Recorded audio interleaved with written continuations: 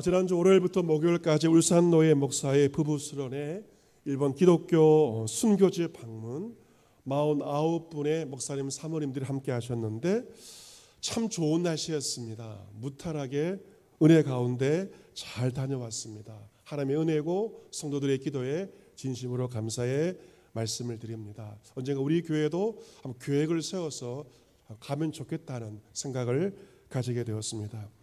일본 규슈 지방, 한문으로 구주 지방에 있는 나가사키 그리고 오무라 히라도 등의 지역을 다녀오게 되었는데 그 지역에 있는 초기 일본 기독교 전파와 관련된 유적지들을 방문하고 은혜를 받게 되었습니다. 여러분, 일본 땅에 제가 대마도는 가봤지만 처음 본토를 가봤는데 일본 땅은 정말 가까운 나라였습니다. 제주도와도 더 가깝습니다. 갈 때는 40분, 올 때는 35분. 그런데 우리 팀 중에서 일본에 처음 가신 분들이 많으셨습니다. 어떤 분은요, 목사님 어머니가 절대로 내 살아 생전에 일본으로 가지 말아라. 그 어머니가 어렸을 때 남동생을 키우면서 들에 일을 했습니다. 그런데 그 일본 사람들에 의해서 계속 일을 하다가 그 등에 아는 남동생이 더위에 죽어버렸어요. 얼마나 가슴 아픕니까?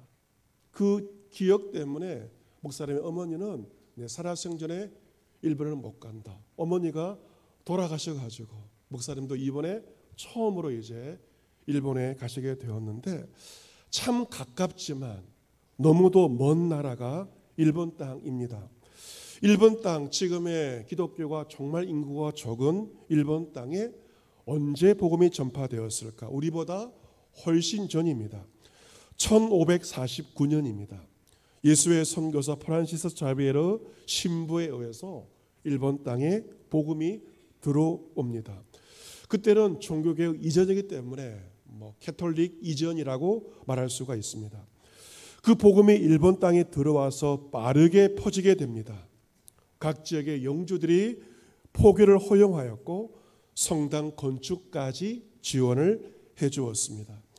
유력한 영주, 일본말로 다이묘들이 세를 받게 되었고 그러자 그 영주 휘하에 있던 백성들이 함께 믿음을 갖게 되면서 신도들의 숫자가 크게 늘어나게 됩니다. 1580년에는 신도의 수가 10만 명까지 이를 정도로 복음이 퍼지게 되었습니다. 그때 복음을 받아들인 사람을 키리스탄이라고 불렀는데요. 포르투갈어로 크리스찬의 뜻이 바로 키리스탄입니다. 하지만 임진왜란을 일으킨 도요토미 히데요시가 일본 전역을 장악하면서 상황이 바뀌어지게 됩니다.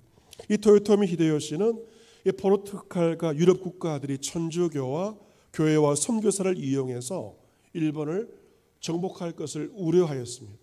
그리고 기독교 복음의 내용이 모든 인간의 평등을 이야기하는데 평등의 복음이 자신의 권력에 장애가 될 것을 우려하였습니다. 그는 26명의 그 초대교회 성도들을 본보기로 삼아서 나가사키에서 화형을 시킵니다. 화형은 다리에서 불을 지펴서 머리까지 불이 타오도록 하는 화형입니다. 당시 일본의 중심 도시 교토에서 나가사키까지 1000km를 십자가를 지고 오게 하였고 그리고 나가사키 언덕에서 죽인 것입니다. 그리고 도쿠가와 이에야스가 일본의 실권을 잡고 나서 1614년 1월 27일 전국적인 일본 전국의 금교령, 기독교를 금지한다는 명령이 내려지게 됩니다. 전국의 모든 교회당이 파괴됩니다. 선교사들은 국외로 추방을 당합니다. 성도들은 신앙을 포기하기를 강요받았습니다. 숨어서 신앙을 갖거나 누군가를 숨겨주다가 걸리면 함께 고문을 당하거나 처형을 당하는 살벌한 분위기였습니다. 고문의 방법도 너무도 잔인했습니다. 목을 베는 잠수형이 가장 어떻게 보면 쉬울 정도로 뜨거운 유황 온천의 끓는 물을 얼굴에 붓기도 하였습니다. 거꾸로 매달아서 머리에 피가 몰리게 한 다음에 이마와 간자노래의 정맥에 작은 구멍을 내어서 피가 한 방울씩 떨어져서 서서히 죽게 하는 그러한 고문법을 시행하였습니다. 일본 정부는 기독교 신앙을 가진 사람을 색출하기 위해서 사람들을 줄을 세웠고 후미라고 불리어지는 성화, 예수님의 얼굴 성화를 밟게 하였습니다. 그 성화를 밟으면서 만약 망설인다면, 숨이 가빠진다면, 조금이라도 수상한 기색이 있으면 기독교인들을 찾아내어서 고문하였고 죽였습니다. 이러한 박해로 말미암아 일본 땅에 기독교의 씨가 말라진 것처럼 보였습니다. 하지만 소수의 그리스도인들은 신앙의 공동체를 형성을 하게 되었습니다. 이번에 방문한 히라도란 섬은 대마도 옆에 있는 그러한 섬입니다. 왜구들이 출몰한 것으로 우리가 배우지 않았습니까? 왜구들의 본거지가 대마도와 함께 히라도 섬이었습니다. 그런데 자베르 선교사에 의해서 뿌려진 복음은 왜구들을 변화시켰고 섬의 인구의 절반 정도가 복음을 받아들이는 놀라운 역사가 일어나게 되었습니다. 왜구들이 복음을 받아들여서 그리스도인이 되었고요. 그리고 많은 그리스도인들이 히라도 섬에 찾아와서 올리브 나무를 키우고 올리브유를 짜내며 생기를 유지하면서 모든 것을 포기하고 산골에 살면서 그들의 신앙을 유지해 모든 것을 포기하고 신앙을 지켰습니다. 그들은 그 시간들 무려 250년간 그들은 자신들만의 신앙의 전통을 은밀하게 지켜나갔는데 이들을 가리켜서 일본말로 카쿠레 키리스탄, 잠복 크리스찬이라고 말합니다. 누군가는 발각되어 죽었지만 누군가는 신앙을 지키기 위해서 숨어서 250년 동안 믿음을 지킨 것입니다. 한 번에 죽은 이들도 순교자이지만 250년 동안 모든 것을 포기하고 산골에서 믿음을 지켰던 그들 역시 순교자의 신앙으로 250년을 살았던 것입니다. 일본이 개항을 하고 1873년 메이지 정부가 공식적으로 기독교 금교령을 철폐합니다. 그때 잠복 크리스찬들은 그들이 숨어 지냈던 공동체를 오픈하게 되었습니다. 동굴에서 산골에서 그들은 믿음을 지켰던 것입니다. 5년 전인 2018년 나가사키 지역의 10개의 마을, 1개의 성터, 1곳의 성당, 12곳의 유적지가 유네스코 세계문화유산에 지정되었는데 은둔 기독교 유적지들이 세계문화유산에 지정되기도 하였습니다. 그 모든 핍박의 첫 번째 핍박은 바로 1597년 2월 5일 나가사키 니시카 언덕에 26개의 십자가가 세워진 곳을 방문하게 되었습니다. 그때 복음을 전하기 위해 왔던 신부들, 사제들, 그들에 의해 복음을 전해 듣고 믿음을 지켰던 사람들이 목숨을 잃었는데요. 그 중에는요 12살 그리고 13살, 19살의 젊은이들도 있었습니다. 그곳에 교회가 세워지게 되었는데요. 그 건축가 가우디 건축가의 스타일로 예쁜 교회가 세워졌는데 빌립보 교회였습니다.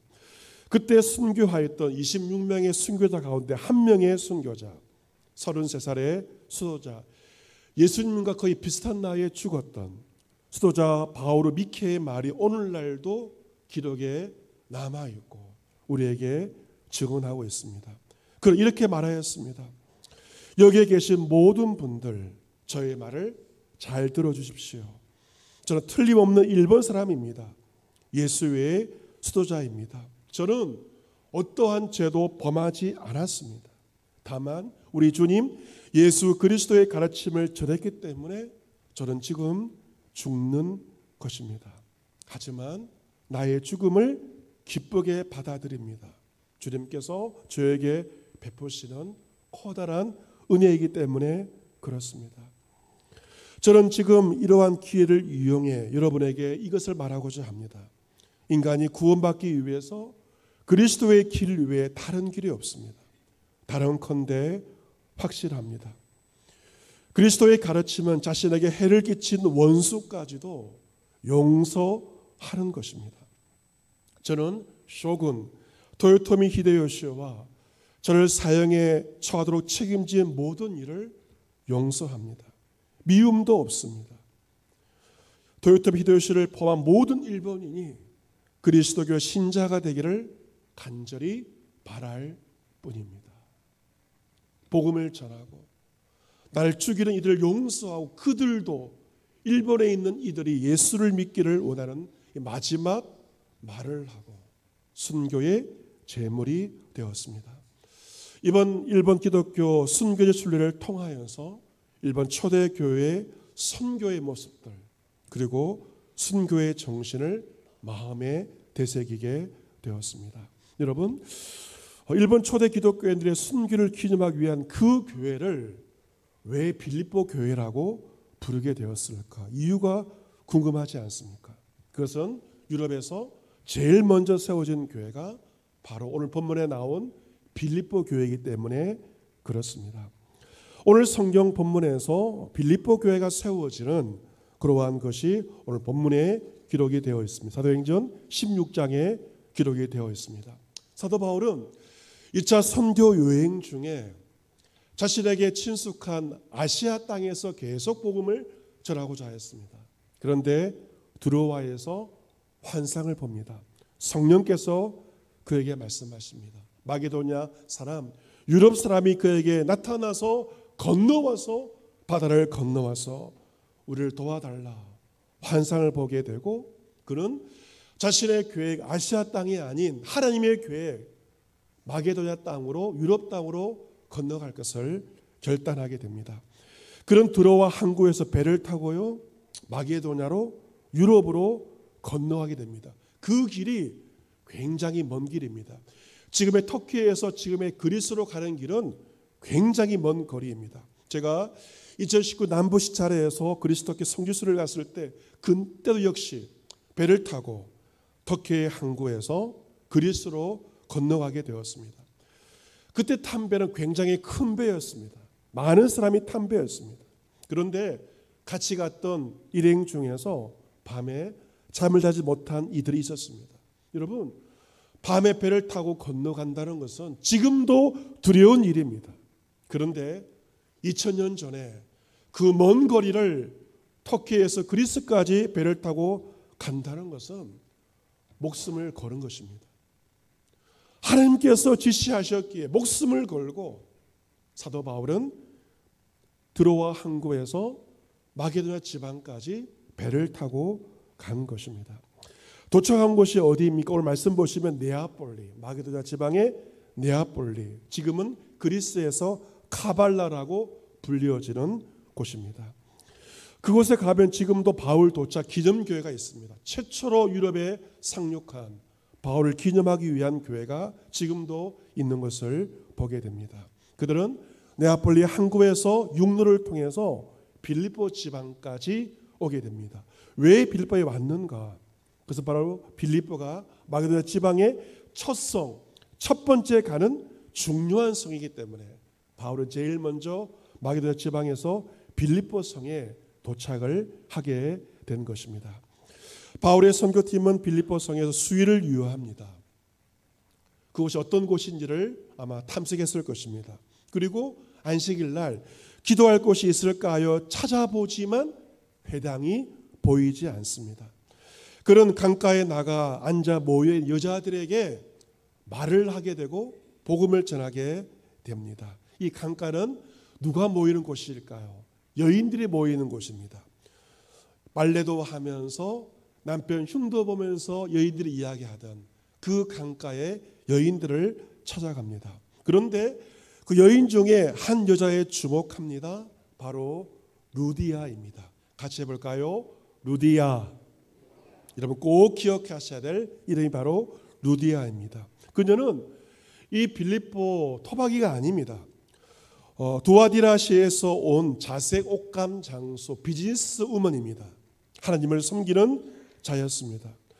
그녀가 강가에 있으면서 바울의 말을 듣고 있을 때, 설교를 듣고 있을 때 주님께서 루디아의 마음을 열어 바울의 말을 따르게 하십니다. 루디아는 바울의 설교를 경청하였습니다. 여러분이 지금 제 설교를 경청하고 있는 것처럼 루디아가 집중해서 바울의 말을 듣고 있습니다.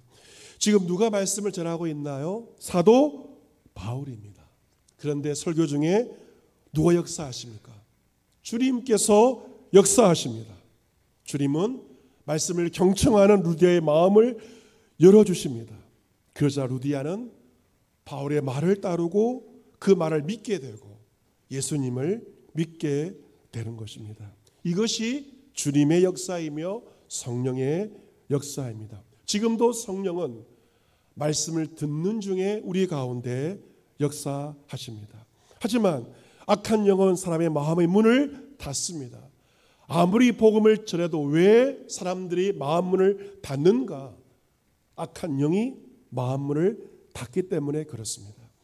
하지만 성령께서 역사하실 때 마음 문을 열어주십니다.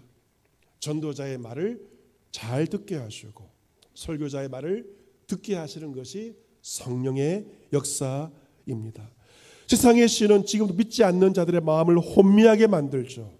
하지만 하나님께서는 예수 그리스도의 얼굴에 있는 하나님의 영광을 아는 빛을 우리 마음에 비추어 주시고 그 빛이 우리 마음 가운데 임할 때 우리는 말씀을 믿게 되고 예수님을 믿게 되는 것입니다.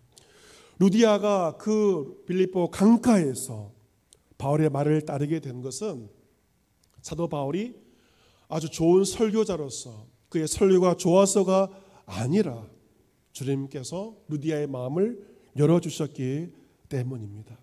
여러분께서 예수를 믿게 된 것, 말씀의 은혜를 받게 된 것은 그것은 바로 성령의 은혜가 여러분 가운데 이미 임하게 된 것입니다. 성령이 아니고서는 누구도 예수님을 주라 고백할 수가 없고 성령이 아니고서는 말씀을 통하여 은혜를 받을 수가 없습니다. 주님의 은혜와 성령의 은혜가 루디아에게 임하자 어떻게 되나요? 루디아와 그 집 식구들이 다 세례받습니다. 이것을 볼 때 루디아가 그 집안의 가장인 것으로 보여집니다. 남편의 이름이 언급되지 않습니다. 루디아가 예수를 믿자 그 집의 모든 식구들이 다 한 마음으로 예수를 믿게 되고 세례를 받게 됩니다. 여러분, 예수를 믿는다는 것은 나 혼자 믿는 것이 아니죠. 루디아와 그 집 식구들처럼 나와 모든 식구들이 함께 예수 그리스도를 믿는 것입니다. 루디아와 그 집 모든 식구들이 세례받고 예수를 믿은 다음에 루디아가 바울과 선교팀에게 한 가지만을 요청합니다. 무엇을 요청합니까? 만일 나를 주 믿는 자로 알거든 내 집에 들어와 유하십시오 라고 합니다. 바울의 선교팀을 강권하여 자신의 집에 머물게 합니다. 아마 바울은 사양하였을 것입니다. 남편도 없어버린 여인이었기 때문에 그 집에 가는 것이 조심스러웠을 것입니다. 만류했을 것입니다. 괜찮습니다. 마음만 받겠습니다. 하지만 루디아가 강건합니다. 자신의 집에 유하게 하고요. 손과 발을 씻게 하고 식사를 대접하고 그리고 자신의 집에서 잠도 자게 합니다. 여러분, 바로 이것이 루디아의 모습이 은혜 받은 자의 모습입니다. 여러분, 사람이 성령의 은혜를 받고 주의 은혜를 받게 되면 어떤 모습으로 바뀌어지게 될까요? 주의 은혜를 받게 되면요, 주님의 사람들에게, 말씀을 전하는 자들에게 호의를 베풀게 마련입니다. 그녀의 마음 문이 열리자 그녀의 집 문이 열리게 됩니다. 은혜 받으면요, 닫혀있는 자신의 집을 개방하여서 예배의 장소로, 교제의 장소로 오픈하게 됩니다. 은혜 받으면요, 꽉 닫혀있는 지갑도 열리게 됩니다. 은혜 받으면 마음 문이 열리면 집 문이 열려지고 지갑 문이 열려지게 되는 것입니다. 진정으로 은혜 받은 자들은 주의 종을 귀하게 여기고 성도들을 귀하게 여기며 환대하게 되는 것이죠. 사도 바울의 선교팀 3명은 루디아의 집에 머물게 됩니다. 그리고 루디아의 집이 유럽 대륙의 최초의 교회가 됩니다. 빌립보에 가보면요, 루디아 기념교회가 있습니다. 거기에도 강이 흐르고 있습니다. 유럽 최초의 그리스도인은 남성이 아닌 여성이었고 루디아였던 것입니다. 울산에 최초로 세워진 교회가 병영교회인데요, 병영교회 최초 교인의 이름이 이희대의 성도입니다. 그런 가정에 몰아닥치는 재앙과 애군이 많아서 번민과 고통 가운데 살고 있었습니다. 그런 그때 부산과 울산 지방에서 전도하던 호주 선교사의 전도를 받고 예수님을 믿게 되었습니다. 말씀을 통하여 루디아처럼 예수님을 믿게 되었습니다. 예수를 믿고 나자 가정에 힘으로 닥치던 모든 재앙이 완전히 물러가는 기적을 경험하게 됩니다. 그런 하나님께 감사 감격한 그 충동을 억제할 길이 없었습니다. 그 은혜에 감격하는 마음으로, 보답하는 마음으로 이대 성도는 자신의 집의 대지, 안채 기와집, 바깥 행당집, 초가집까지 전부를 하나님께 바치게 되었습니다. 1895년 1월 8일 이대 성도의 집에서 울산 최초의 교회 병영교회가 시작이 된 것입니다. 여러분, 이 루디아로 말미암아 빌립보 교회에서 좋은 전통이 생기게 되었습니다. 주님께 은혜 받고 바울의 선교팀을 환대하였던 루디아로 말미암아 빌립보 교회는 그 아름다운 전통이 계속 흘러가게 되었습니다. 빌립보 교회는요, 바울이 괴로울 때, 감옥에 있을 때 바울과 함께 하는 교회였습니다. 바울이 마게도냐 지방을 떠날 때 주고받는 일에 참여한 교회가 빌립보 교회밖에 없었습니다. 바울 사도가 데살로니가에 있을 때에는 2번이나 바울이 쓸 것을 보내준 교회가 바로 빌립보 교회였습니다. 바울이 빌립보 교회에 도움을 요청하지 않았습니다. 하지만 빌립보 교회 성도들 알아서 사도 바울과 선교팀을 섬긴 것입니다. 어떻게 이러한 아름다운 교회의 모습이 되게 되었을까? 루디아의 아름다운 모습이 교회의 좋은 전통이 된 것입니다. 루디아처럼 누군가가 주를 위해 헌신하고 섬길 때 공동체는요, 아름다운 전통이 계속 이어가게 되는 것입니다. 이 모든 역사 사도 바울이 한 것이 아닙니다. 주님이 행하시고 주님이 역사하신 것입니다. 여러분, 바울과 그의 선교팀은 유럽 대륙을 건너오면서 이미 목숨을 걸었습니다. 죽으면 죽으리다. 이 바다에서 빠져 죽어도 괜찮다. 그 마음을 가지고 마게도냐 지방까지 배를 타고 건너온 것입니다. 목숨을 걸고 주의 뜻에 순종하자. 주의 인도하심에 순종하자. 그들은 빌립보 성에서 하나님께서 예비하신 사람 루디아를 만나게 된 것입니다. 여러분도 마찬가지입니다. 여러분의 생각과 계획이 아닌 주의 인도하심에 순종하시기를 바랍니다. 성령의 인도하심에 민감하고 그 음성에 순종하기만 한다면 여러분은 주님이 예비해 놓으신 사람들 만나게 될 것이고 놀라운 복과 은혜를 받아 누리게 될 것입니다. 하나님의 축복은 순종하는 자가 받아 누리는 것입니다. 사랑하는 성도 여러분, 이번에 일본 땅 나가사키 26일 선교지에 갔을 때 조각물 위에 세워진 글자가 있었습니다. 라틴어였습니다. 글자가 무엇인가를 한번 검색해 보니 그 뜻은 바로 주님을 찬송하라 모든 민족들아 였습니다. 함께 볼까요? 주님을 찬송하라 모든 민족들아. 이 글자가 무엇을 말합니까? 26명의 초대 일본교회 선교사들은 죽어가면서도 주님을 찬송한 것입니다. 불에 타 죽으면서 불길이 발목에서 머리까지 올라오는 그 상황에서 일본의 선교자들은 주님을 찬송하였고 더 나아가 모든 민족들아 주를 찬송하라 증언하였던 것입니다. 주님은 2000년 전 빌립보 땅에서만 아니라 500년 전 일본 땅에서도 역사하신 것입니다. 그 주의 은혜는 저와 여러분과 우리 가정에도 임하였습니다. 우리 마음문을 여시는 주의 은혜가 임하였기에 저와 여러분들은 예수 그리스도를 믿게 되었습니다. 여러분 가운데 할아버지 할머니 때부터 신앙생활 하신 분이 있다면 할아버지 할머니가 여러분의 가정의 루디아입니다. 여러분의 아버지 어머니 때 예수 믿었다면 여러분의 아버지 어머니가 여러분 가정의 루디아입니다. 여러분이 예수님을 처음 믿었다면 바로 여러분이 여러분의 가정의 루디아입니다. 여러분의 가정에 주의 은혜가 이미 임하게 된 것입니다. 루디아의 믿음은 흘러 가서 유럽 곳곳마다 주의 교회가 세워지게 되었고 오늘 거룩한 주일날 유럽 대륙의 많은 백성들이 하나님을 찬송하며 예배드리고 있습니다. 한 사람을 통하여 심어진 복음의 열매가 유럽 대륙 전역에 퍼지게 되었습니다. 오늘도 주님은 이러한 일들을 이 땅 가운데 여전히 행하고 있습니다.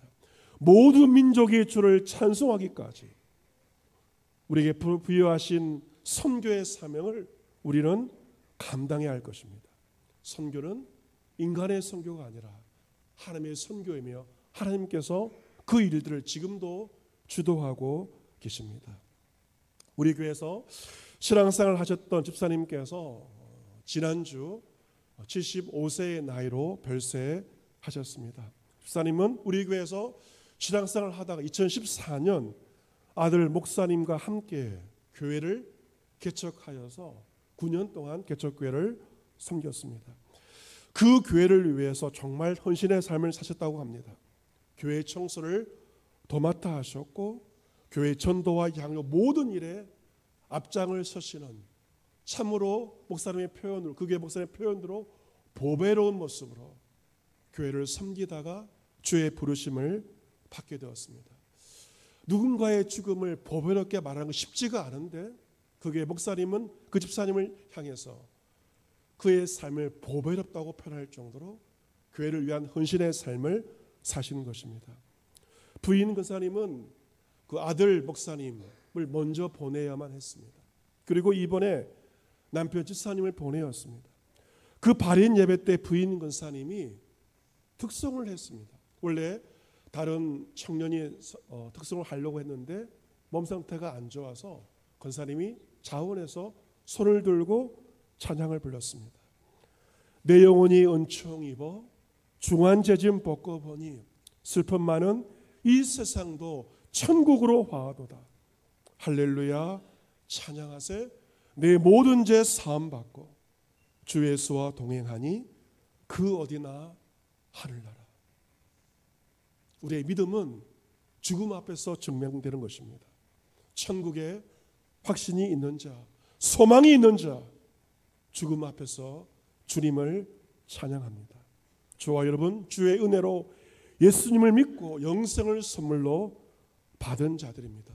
그 놀라운 은총을 받은 자로서 신앙의 선진들처럼 주의 나라와 교회를 위하여 집과 재물 아니 나의 목숨까지 기꺼이 드리며 죽으면 죽으리이다 일사각오의 자서로서 남은 평생의 삶을 헌신의 삶을 살아갈 수 있는 여러분 모두가 될 수 있기를 구주 예수 그리스도의 이름으로 축복합니다.